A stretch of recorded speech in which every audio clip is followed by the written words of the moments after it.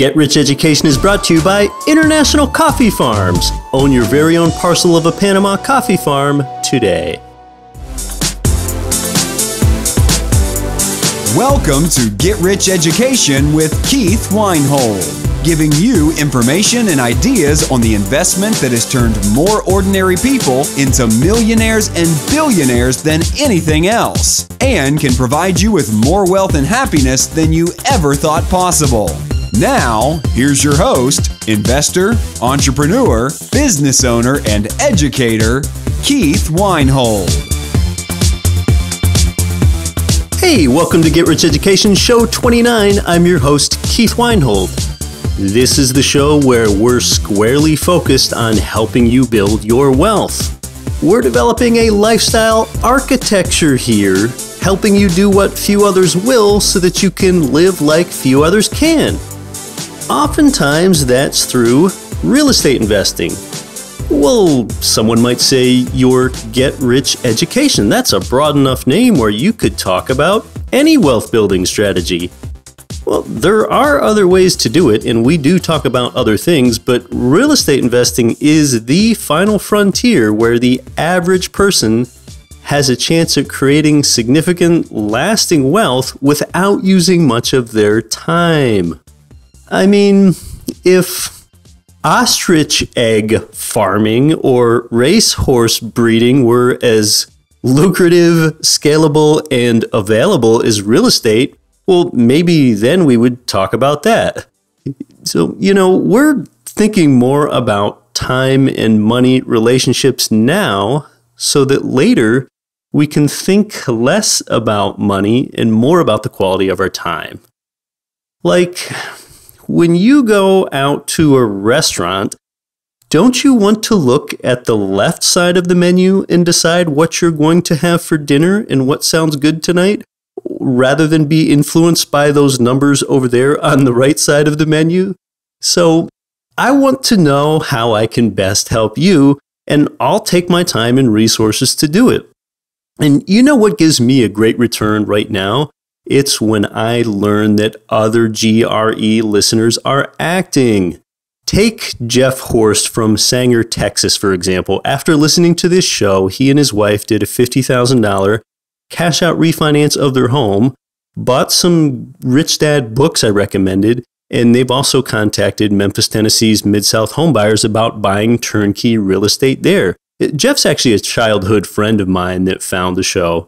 Then there's Chad Lundquist from the Kansas City area. He and his wife own 2 properties free and clear, and Chad has kind of reevaluated that equity positioning after listening to GRE Episode 6 a dozen times. Episode 6 is that kind of paradigm-shifting episode that I've heard a lot of people listen to multiple times. Hey, I've also had some great inquiries from a bright 23-year-old listener in Brooklyn, New York named McKinley Stevens. McKinley wrote, here's exactly what he wrote. It's so hard to find honest, unbiased opinions, and you and your podcast have really been a great source of inspiration. Hey, thanks for that, McKinley. If you're that young, you listen to this show and you're thinking abundant thoughts like this, you're likely to be very financially well off in life. Then there's listener Ann Twerberg from Wausau, Wisconsin, who wrote this. Keith, just extending a huge thank you for all the information, time, and effort you've shared with your audience. It has literally changed the trajectory of my future. We just purchased our first property through Mid-South homebuyers this week, and I'm working with some folks in Dallas for the next one. The best part is that I'm explaining everything to my 15 and 11-year-old. Gosh, I love that. So they get started in these thought patterns now while they're young. I feel like one of those British people jumping up and clicking their heels together. Ann Twerberg. That's great. Hey, and I'm proud to say that I've met 2 of those 4 listeners, Jeff and Chad, in person. So, hey, if GRE is making a positive change in your life, or even your thought patterns, tell us by leaving a review on iTunes or elsewhere with your comments, and tell us where you're from, too. We want to focus on the most direct path to improving not just your wealth, but your overall lifestyle architecture fueled by that wealth. A few months down the road, I want to tell you about listeners that aren't just early in their actions and anticipating change, but I want to hear about those who did something like invested some money or got it through a cash out refi from their home, which might have caused a higher mortgage payment, for example, of $100, and now they've used that cash out of their home as a down payment on a turnkey investment property that produces, say, $252 cash flow, offsetting the higher mortgage payment on their home. That gives them another asset that can benefit from leveraged appreciation, while at the same time providing tax benefits and having another person, the tenant, using other people's money, that tenant paying down the principal amount of the mortgage because you have smartly outsourced your debt to that renter and you're providing value for them at the same time. And maybe I'll even ask some of those listeners down the road if they would like to appear on the show. And yeah, a number of listeners have pointed to episode 9 with Mid-South homebuyers in Memphis, Tennessee as being that turnkey real estate provider that's been that catalyst. Oh, by the way, it's interesting how I see the word turnkey spelled when I read blog articles and the like sometimes. Don't forget the N, you columnists. It's not turkey rental property, for goodness sake. Sheesh. Turnkey real estate investing contributes really to my favorite investor metric of return on time invested, because nearly everything is already done for you. That's why it's called turnkey. Like, just turn the door key, open up the door, and everything is there. The physical rehabilitation of the property is done. The tenant has often already been placed beforehand, so you have rent income on the day that you close. The property management is already in place when you close. The tenant typically never knows who you are. Then you have time to go off and improve your lifestyle architecture by living your better and higher use. Okay, what if you learned about this guy? This guy, say he was able to type 100 words per minute. Hey, you would think that's pretty good, right? He's super efficient, and typing is likely this person's best and highest use. Society would say that's a good allocation of a human resource. All right, well, what if I told you that that person that types 100 words per minute is LeBron James? Do you think that's still a smart allocation of resources? I mean, no way. LeBron would be paying a steep opportunity cost by typing when he could have been playing a game for the Cavaliers or could have been acting in a Nike commercial for $1.5 million. Okay, so just because you're good at something, just because, say, you manage your own properties well and you know how to fix things, well, that still doesn't mean that that's your best allocation of resources. On Get Rich Education, we focus on telling you how to create more money. But that's really only to buy more time to give us what we ultimately want, which are outcomes, feelings like peace, happiness, joy, love, and freedom. Well, today's guest, Don Hobbs, helps us learn how to make the most efficient use of our time. Don comes from the Keller Williams sphere of real estate influence. From a young age, Don was mentored by the incomparable Jim Rohn. Jim Rohn was an incredible visionary whom I cannot have on the show today because he's no longer on this earth, but Jim left behind an inspirational legacy, and Jim's legacy truly lives on. He has over 1 million likers on Facebook today. He's still really popular. The late Jim Rohn is the author of some of those timeless quotes I've used on the show, like, formal education will make you a living, self-education will make you a fortune. So hosting a guest on the show today that's 1 degree of separation from the late Jim Rohn is what I've done today with Don Hobbs. Don is a pretty moving platform speaker himself, traveling the world and motivating audiences with the One Thing tour. I met Don last year through my friend Kassandra Boltman when Don spoke in Anchorage. Coming up right after the break to talk about productivity, creating more time for yourself, And to tell us what your one thing is, it's Don Hobbs. Through Get Rich Education and International Coffee Farms, you can own your own half-acre parcels of a passive income-generating coffee farm in Panama for as little as $12,000. It's a low-risk opportunity with an average annual return projected to be 13 to 15%. The farms are professionally managed for you on a turnkey basis, and you own the land. And you can give as well as receive by helping International Coffee Farms create good jobs that pay a living wage and provide medical, pension, and other benefits to very poor Panamanian coffee farm workers and their families, often for the first time in their lives. This is Cashflow Diaries Jay Massey. Do the right thing, then do things right. Listen to Get Rich Education with Keith Weinhold. Don Hobbs, well, it's a real pleasure to have you on Get Rich Education today. Thank you for joining me. Oh, thanks, Keith. It's a pleasure to be here. How did you get to where you are? You are now a nationally traveling platform speaker that brings large audiences and you motivate them. How did you get to where you are today?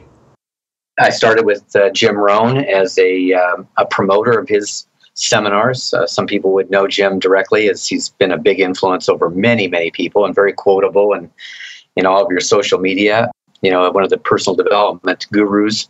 And I had the chance at 18 years old to meet him and get involved with him. Incredible. Yeah. And so then it was just a matter of, was his president some years later and started my own company, was in the seminar world for years and had one of the largest training companies in the real estate space. And then more recently, I joined Gary Keller. And Gary Keller founded Keller Williams. He was one of my early clients when I left Jim's company, and Gary started Keller Williams with the goal, by the way, when I met him, I remember him telling me he was building the largest real estate company in the world, which didn't seem likely since there was 350 people in the room, and that was the whole company, We just announced 2 weeks ago, and I'm within the subsidiary of our training program is for everything outside of real estate. But we went to Orlando for the Keller Williams family reunion, they call it, which is their convention, and they announced a couple weeks ago that they are in fact now the largest real estate company in the world with 113,000 plus agents worldwide and a phenomenal force. And Gary, loves to do what he does at such a high level. Gary takes an extraordinary approach versus an average approach. And when you were speaking on the One Thing Tour in Anchorage, I heard you talk about an average approach versus an extraordinary approach. And that's sort of part of what the one thing is all about. So, I've got to ask you, I'm sure our listeners are wondering, what is the one thing? Oh, come on. Everybody knows what the one thing is. No, I'm kidding. Okay, let's move on then. No. Yeah, the one thing. What a great title. The one thing I could describe as a book, by the way, this international bestseller was 2013's number 2 best-selling book in the world. It's been on 156 bestseller lists, and I could rave about it for a long time. But to answer your question, the reason I think the one thing hits so hard is because it's about focus. It's about how do we put our intention and attention on the one thing that's going to move our ball forward faster than anything else. What is the one thing I can do such that by doing it, everything else will become easier or unnecessary? And that was well said. That's Gary and Jay, when they wrote the book, that was the question. And it came from this coaching focus that Gary had with top people in business that he had been working with and teaching an MBA course at Baylor University and all the things that he does with top business leaders, where he said, when he'd get to the conversation of what are you going to do this week? And they'd come up with 2 or 3 things and then we'd get together a week later, he said, and then they wouldn't have done those things. And he said, finally, I got to where I distilled it and asked the question, what's the one thing you're going to do this week that's going to make the difference? And so this book is about that. It's about focus. It's about the highest level of attention given to the most productive thing that's going to drive that project, that purpose, that goal forward. Most people have one thing that they're best at, and they can be better at that than 99% of other people. So I think what that one person needs to ask themselves when they're finding their one thing and how could they most efficiently use their time is first ask yourself, what's the top 20% on my list of the things that I do best? Focus on that. And then take that list again and say, what's in the top 20% of that list? And so on. And pretty soon you're like, what's the one thing left? That's your one thing. And outsource the rest. Is that how you go about finding your best and highest use so that you're most efficient? Exactly right. I mean, really, we call it the extreme Pareto, and many people would know the Pareto principle or the 80-20 principle, which is really what you were describing. And we get, we put together our list, Keith, at the beginning of each day, or maybe the night before. We're one of those, early planners, or at the beginning of the week, or the beginning of the month. And we set up, here's all the things I'm going to do this month, this week, today, right, tomorrow. And we set that list up, and it has all these things we could do. And the question really becomes, what should we be doing, not what could we be doing? And then really what you described, which is the process, how do I get it from coulds to shoulds? And then even in that saying, what's the top 20% of that? What's the top 20% of that? And of course, you take the top 20% of the top 20% of the top 20%, and ultimately you end up with one thing. Why don't we talk about an example of that? And let me give an example myself first. I know I could go be the editor for my own podcast if I wanted to learn how to do that, but I don't want to do that. I know that's not my one thing. Even if I can do it better than somebody else, that's not my one thing. I have a better and higher use of finding the best guests, for example, and bringing you onto the show rather than spending my time to edit another show. So I keep asking myself, after listening to you, what's the one thing I can do such that by doing it, everything else becomes easier or unnecessary. So I think it's about seeking a better and higher use constantly. Constantly, and really that's the word. It's not just at the beginning of the month, the beginning of the week, beginning of the day. It's not just that. I hand you a project, Keith, and I say, hey, could you help me do this? Or, if I'm in a superior role, you're in a subordinate role, can you do this project? And when you get it back to your desk and you say, okay, so what's the one thing I can do such that by doing it, everything else will become easier and necessary? Again, that's just applicable to that particular project. And of course, if I could, I'd like to chat just a little bit about this because I think it kind of plays in terminology-wise. In the book, the one thing, Gary and Jay wrote about the domino principle. Do you remember that discussion, the domino example? Knocking over the next highest one that has to be, 40% larger? Is that the dominoes? Of course, we probably, many of us listening to this and even worldwide, have lined up dominoes, and then you hit one and it pushes the next one and knocks it down. And so that whole experience of how do I line things up such that then when I push the first one, which is the only thing I have to do, I line them up and then push one, and things happen. And so how does that apply in our own lives? And then what you started to talk about is that we also discovered in that a domino can knock over a domino 50% larger than itself.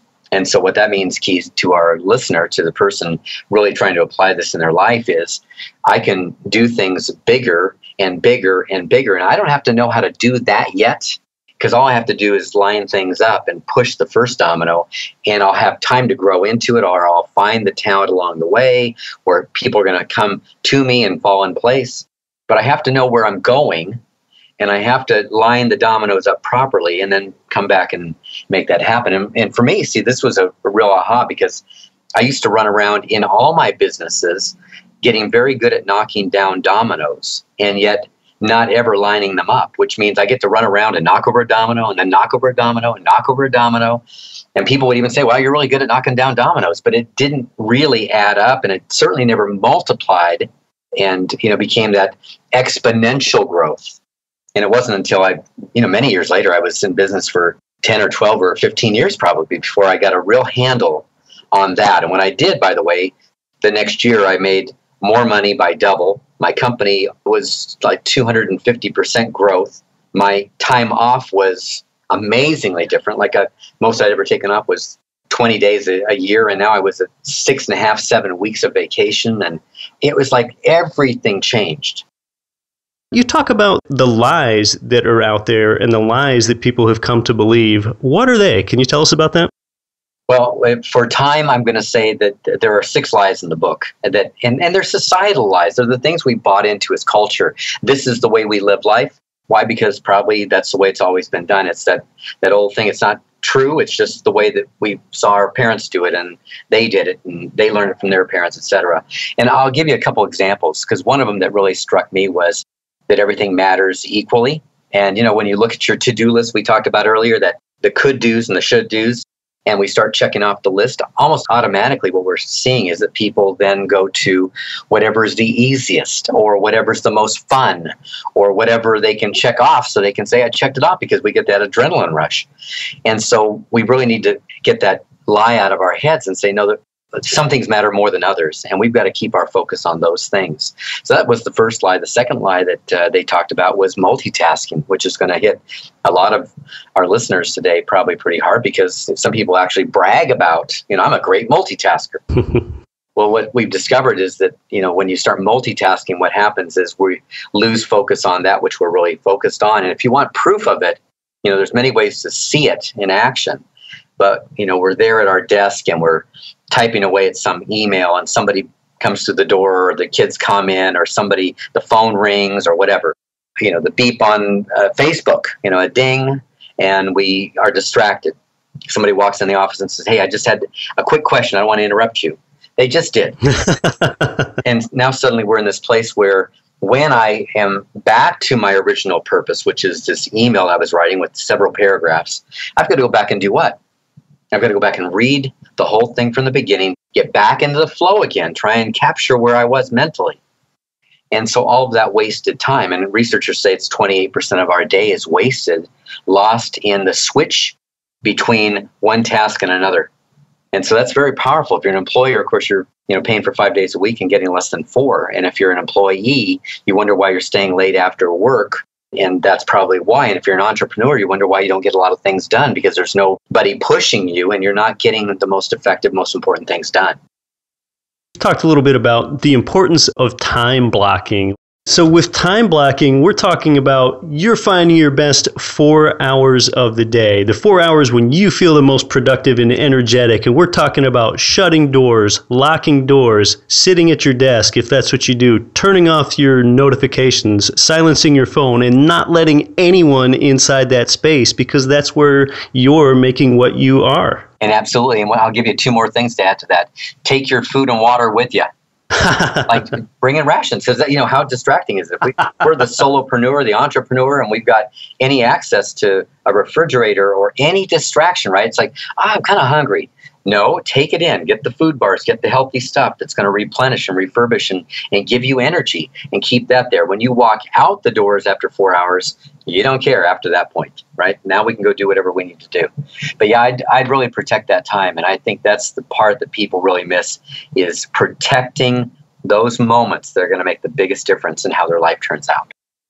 You have a great real estate background. We have a lot of real estate investors. What about for someone that hasn't invested in real estate before, or hasn't started to find out what that one thing is, especially if that's in real estate? What's a good place for them to begin? What's an early actionable step for them to take? Well, it's so hard, I'm sure, as you know, because everybody comes from a different place. Do I have money or don't I have money?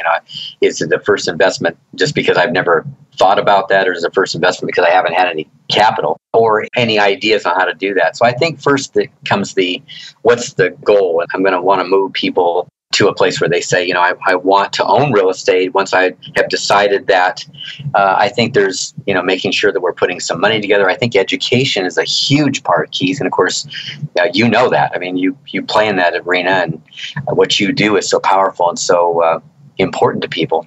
I think the education is a lot of times why we don't move forward, is we don't know how to move forward.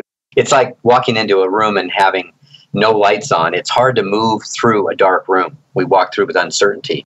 Education is turning the lights on and making sure that people can see what's going on. Wow, this is some possibilities. Here's some opportunities.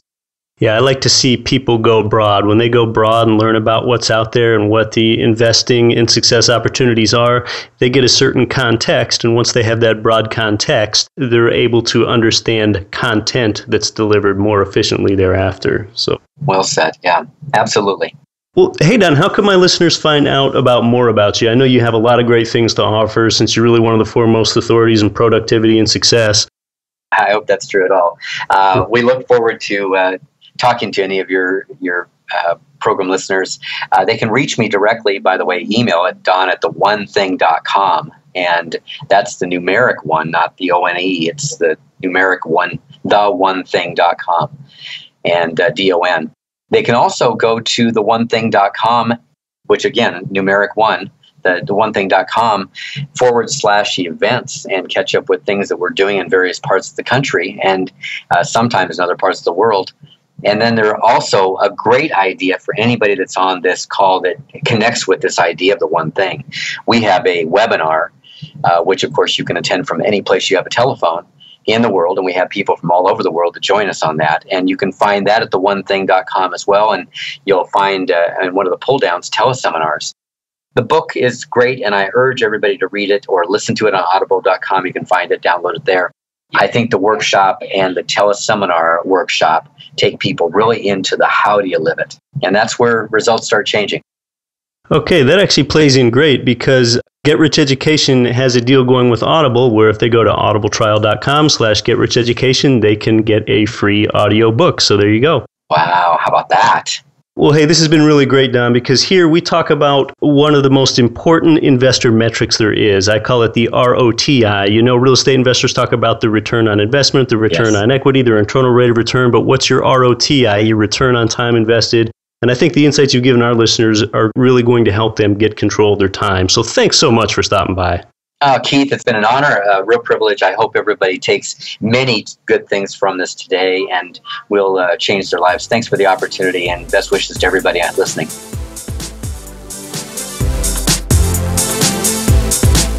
You've been listening to the Get Rich Education podcast, telling you what the wealthy won't tell you about real estate and investing. If you enjoyed the show, please take a minute to visit iTunes and leave your comments.